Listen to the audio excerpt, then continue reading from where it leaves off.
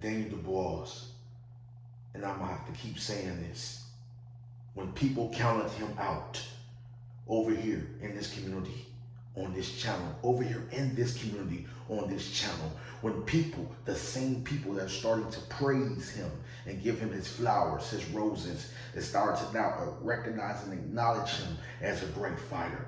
I acknowledged him and celebrated him and acknowledged him as a great fighter a long time ago. That said that I got whole videos. I don't need to have to prove nothing to any delusional, uneducated boxing fans, cold-hearted, brainwashed boxing fans. Much love and respect to those great people, those great human beings with a pure heart, good intentions, with a good heart, with a good intentions, with that's of love, that has beautiful families. And some in my community can be great grandmothers and grandfathers, can be great fathers and mothers, aunties and uncles, beautiful grandkids, beautiful kids from young to grown. To all those beautiful families that's a part of the Tucker Army, the UK Army, much love and respect. And this is not directed to you guys, because you guys know how we are over here, how we celebrate and how we give honor, and how we honor and not dishonor, and honor all the great warriors, modern day warriors that step in the ring for our entertainment, to put their life on the line, to be great for our entertainment, to satisfy us, to please us. And so once again, I reiterate this: when Daniel Dubois was down, when he suffered his first defeat, we continued to show love to that young brother, to that young fighter, to that young warrior. We continued to show love to a lot of great fighters.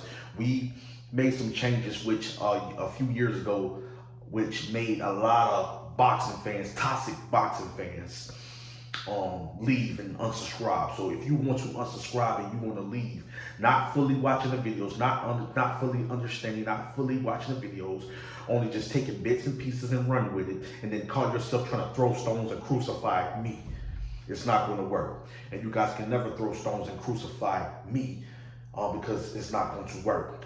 I am a walking miracle. For one, I just want to say that I'm a walking miracle, and I'm blessed and highly favored by the powerful creator, the King of Kings, the Alpha and Omega. I am one of his mightiest warriors. I am one of his creations where when I didn't want to be here, when I didn't want to be kept, I was kept. Had battles mentally, physically, emotionally, spiritually, psychologically, in the physical realm, in the spiritual realm, in the mental realm. Overcame so many awakenings, so many strongholds, so many battles. Overcame death on numerous occasions. Escaped death on numerous occasions. ODs, comas, surgeries, in and out mental institutions, diagnosed with two of the worst mental illnesses you could ever battle with: paranoid at the time, paranoid schizophrenia, severe anxiety, in and out of mental institutions. Y'all can't break me. Y'all can't break me. Let the enemy use you. Let the deceiver, let the prince of the air, let the deceiver use you to program your mind, to confuse you and poison your mind and program your mind and deceive you and lie to you and think that you can break me. I can't be broken. If I would have been broken, if I was meant to be broken, God would allow me to be broken. That means I have shifted and fell astray and fallen into the deep darkness and evil and corruption of this world. You can't break me. None of you can. It can be a billion against one. You can't break me. I respect every man's opinion, every man's perception on things, how he perceive, how he see it, his perspective, his opinion. His opinion can become a fact based on evidence, based on proven fact. His fact can become, his opinion can become fact. When his truth can become a fact.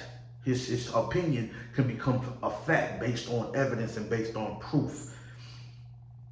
You know, so at the end of the day, I come against and I'll crucify no man's perception, the way he perceives, his understanding on things, what he observing, what he's feeling, what he feel about the sport, what he feel about the fighters, what he felt about the fight, how he felt about, you know, what went on, the situation regarding the fight, when it comes to a certain fighter, and basically his skill set, and basically what he do wrong, what he do great, basically his personal life outside the ring, basically what could distract him from being at his best inside the ring when he trained so hard, but had a few distractions, and maybe had a distraction a week ago, 5 days ago, or a week ago, or had a distraction 2 weeks ago that probably mentally got to him and that deterred him from executing the game plan.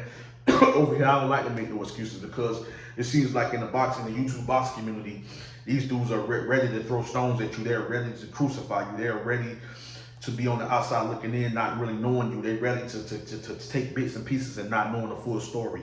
They like to only take, just like they do in certain books, certain books within their religion. They'll take bits and pieces. They'll reword it. They'll take bits and pieces from different scriptures and things of that nature, reword it to fit their agenda, to fit their narrative. I'm not into that garbage. The thing is, I could be very wrong. Congratulations to Daniel Dubois. When a lot of these fighters was down, I praised these fighters. I showed love to Derek Shore back in the day when people was counting him out, saying he'll never be the same fighter, that he needs to retire. But he keep proving them time after time after time again that he's that modern day warrior, that he's the epitome, that he defines what a true warrior with a lot of heart and determination. You're not living the lives for these fighters. You're not boxing for these fighters. You're trying to live the life for these fighters. You don't know when these fighters are ready to retire. They can be 45 years old still fighting. If they feel that they can physically still perform, then they're gonna still physically perform. It ain't what you say what they need to do. It's they gotta live their lives for themselves. You're not in the training camp with them training. You're not throwing the punches that they're throwing. You're not running. You're not doing road work for some of them, old school, modern day workouts. You're not training lifting weights. You're not doing strength and conditioning. You're not doing a lot of cardio. You're not doing a lot of weight training. You're not doing these things. So you don't know what these fighters are capable of doing. You don't know how these fighters can fall down and kind of use defeat when they deal with adversities. A lot of fighters have went into the shadows. Anthony Joshua has went into the shadows, came back to destroy, went back into the shadows, went back, dealt with adversity, accepted defeat, got frustrated, got confused, went back to the drawing board, went back to warrior mode, and came back to start to dominate. Yeah. So I don't lose triangle theory. The same thing for Daniel Dubois. Y'all counting them out. We continue to show love. Y'all counting these fighters out. Deontay Wilder went down. The war where he had the trilogy with Tyson Fury, which allowed me to respect both of those guys because of that epic battle. That war was a war amongst heavyweight, the history of the heavyweight division, the history of heavyweight boxing. Within that war, the trilogy of Tyson Fury versus Deontay Wilder allowed me to respect those two guys. Yeah. So people counted out Fury. Fury bounced back to be victorious. When he gave up on boxing, they counted him out, said he'll never be this, never be the same. A fighter can have an off night. A fighter cannot be the same. Certain styles may fight. Certain fighter can execute the game plan. Certain fighters can override what a fighter was trying to do. I look at the holes. I look at things they need to improve in, adjustments they need to make, what approach they need to take, and what certain ways they go about to perfect their craft or fix certain mistakes that they are making when it comes to in the ring or competing against certain styles. What things they need to correct, what adjustments they need to make, what they need to go in there and perfect in training camp ahead of the next fight. I look at these things. I'm a boxing scientist, come from a lineage of boxing scientists and boxing historians, come from a lineage of fighters. Just because I was an amateur fighter don't mean I know more than y'all, but I can just see from a boxing eye and from a boxing standpoint based on watching and preserving and just knowing about the sport for, shoot, I'll be 39 years old in December, so I want to say it's been probably about 35 years now that I've been into boxing and knowing boxing and learning the sport and being educated when it comes to the sport of boxing. So ain't really none of y'all casuals, no disrespect to you guys, none of you uneducated boxing fans can tell me, really, that when it comes to the dark side of boxing, when it comes to the corrupt side, y'all acting like it don't happen. Y'all acting like it don't happen. And no disrespect to the people that know that played a role that was in my family when it came to the corrupt side, which is the business side to a certain extent of boxing. You know what I'm saying? So The thing is, Daniel Dubois executed the game plan. He showed that he's an improved fighter. He showed that he's a better fighter. He showed that I told you guys that he was going to improve. He was going to make adjustments. He was going to make corrections. He was going to bounce back. He was going to be great. He was going to become champion. A couple of years ago in several old videos, I said these things.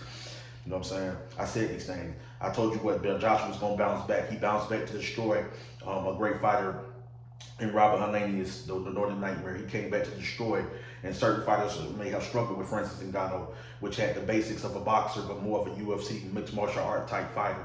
More. So at the end of the day, when it came to that, Joshua destroyed him. That version of Joshua, that was the version of Joshua. That is the version of Joshua that's known to execute in a brutally smart fashion. You know what I'm saying? That's the Joshua that knows to execute. That's the Joshua that's just not going to go in there and make certain mistakes. Even when he went on, and Tyson Fury went on there, fighters have their off days. Tyson Fury went in there and struggled against a certain style, like for instance, Ngannou. Style makes fights. That's not with the triangle theory.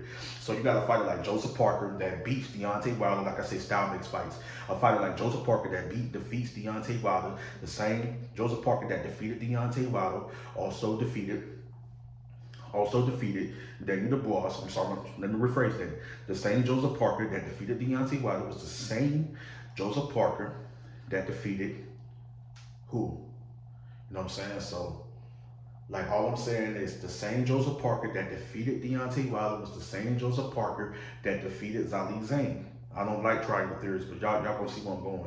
So the same Joseph Parker that lost and was defeated to Anthony Joshua in a very competitive close fight, only losing by 2 rounds against Anthony Joshua, which since then becoming a better version, improved version, style makes fights. The same Joseph Parker that defeated Deontay Wilder, based on because Deontay Wilder didn't apply certain things that he went in training camp and worked on, and he didn't apply to the ring. He pretty much neglected what he was trained in. Certain things I agree with as far as when it comes to training regiments that he could have applied in the ring instead of just relying on one punch. He got handicapped of just relying on one punch. And then when you step up against a certain level, just relying on one knockout punch or relying on a power and relying on one shot, lethal shot, it's not gonna get it. So he learned it against Joseph Parker. He went in against Joseph Parker. He was defeated on the same night, the very same night that Anthony Joshua destroyed Otto Wallin, a very decorated amateur that had won many games as far as the Olympian won many games and had a decorated amateur career, was the same one who Fury struggled with, that some people felt that beat Fury's, like I say, style makes fight. So I'm not coming with the triangle route. Was the same one that some people felt that beat Fury, some people felt Fury beat him in a very competitive battle. It's the same Otto Wallin, which is becoming a better version, an improved version of a monstrous and solid fighter like Otto Wallin. On that same night, Deontay Wilder lost to Joseph Parker. Was the same night that Otto Wallin was destroyed by the version of Joshua that should have showed up against Daniel Dubois, that did not show up against Daniel Dubois, was not completely nowhere near that version that destroyed Francis Ngannou, who Fury struggled with. No disrespect to Fury, I love Fury, but no disrespect, and style makes fight. The same one. And as Francis Ngannou, people say did one this, one that, was able to drop Fury and was able to and when just the fact that he dropped Fury was a competitive fight because he know the basics. To say that he was trash and garbage, no, he wasn't. I just seen the certain fundamentals that was there in Francis Ngannou. He had some experience back in the day training and stuff like that. He's just not on the elite level like a Fury, a Joshua, a Dubois, a Joseph Parker, a Dillian White, a Zali Zane, Andrew Ruiz Jr. He's not on these guys' level. Not even a Philip Herkovich, not even a big baby Jarrell Miller, Big Baby Miller. Certain fighters like Martin McCauley. He's not on these certain fighters' level, in which he can 9 times out of 10 get executed and destroyed by these fighters. Not to say he can't land a good shot and hurt these guys, and it'd be, because the heavyweight division is unpredictable, but also the heavyweight division is predictable, also unpredictable. So I can honestly say any heavyweight can get knocked out, get hit with the right shot on the chin, the temple, the jaw. Can get hurt, can get wiped out. No one is exempt when it comes to the heavyweight division. So I don't like to do triangle theories. So you got the same Otto Wallin that gets destroyed on the same night. Now even Otto Wallin believes that, because sometimes fighters can have mixed emotions. But even Otto Wallin believed that night Deontay Wilder would have got destroyed by Anthony Joshua. So y'all saying that, oh, he go fight Josh. People saying that Wilder ain't the same. People saying that Wilder ain't the same. I agree. Wilder need to go back and at the age, because he's starting to decline. His punch resistance and all that not the same. He's starting to decline. So he got to really, really implement and really be serious if he really want to get in there and get wins over these top dangerous heavyweights, elite level heavyweights. They are elite. Know what the word elite means, and pay attention and really know boxing, the sport. Really pay attention, observe. The version of Joshua, we're not saying it's not Daniel Dubois' fault, because the real version of Anthony Joshua went in that ring. Anthony Joshua tried, and they say he didn't try, he attempted, but the mistakes that he made was so amateurish, was really amateur, basic amateur mistakes. He was reckless, he was careless, like he was doing it on purpose, it seemed like, interacting, talking trash out there, laughing, joking, sticking his tongue out, like it was all a part of the plan, like it was all an agenda, that this is what had to happen. Maybe a build up for a powerful rematch, that he may end up knocking out Daniel Dubois or winning a 12-round decision, unanimously, majority, unanimous, or maybe split. I don't know. But if he comes back and knock out Daniel Dubois, I was not surprised that, and I don't care. Y'all can come for me. I want y'all to understand, y'all can come for me, because this is reality. I can go deep and unfold a lot of things when it comes to the history, the corrupt, the crooked, the demonic side of the sport. I can uncover some things that's gonna blow you away. They even go back, they even push us back, they even stem back from 40 years ago. Don't play with me. So I'm not saying it speaks. I'm assuming something didn't seem right.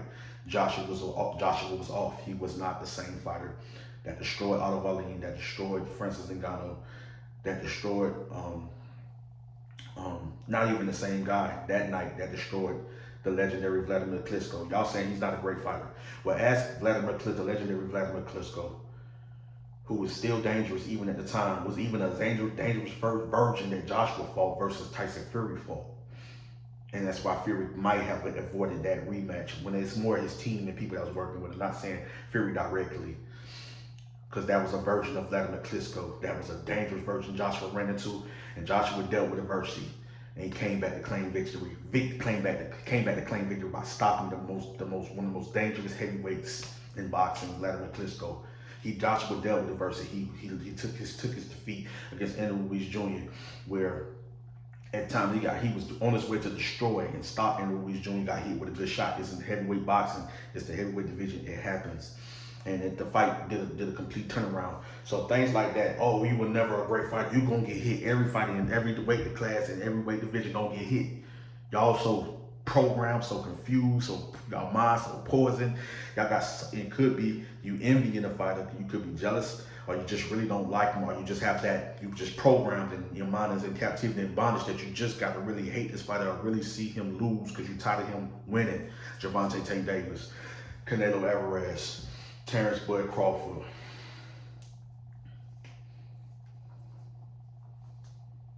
Y'all was even waiting on the downfall of Vasily Lomachenko. Y'all was waiting on the downfall of Teofimo Lopez. Y'all was waiting on the downfall of Shakur. Y'all waiting on the downfall of Shakur Stevenson. Y'all was most definitely waiting on the downfall of Ryan Garcia.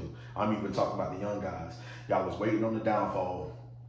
Y'all was most definitely waiting on the downfall of Devin Haney. I came at Devin Haney. I must have cracked some jokes here and there, but at the end of the day, I want these guys, I want these young men to be great. Y'all was waiting on the downfall of quite a few fighters because you don't respect them.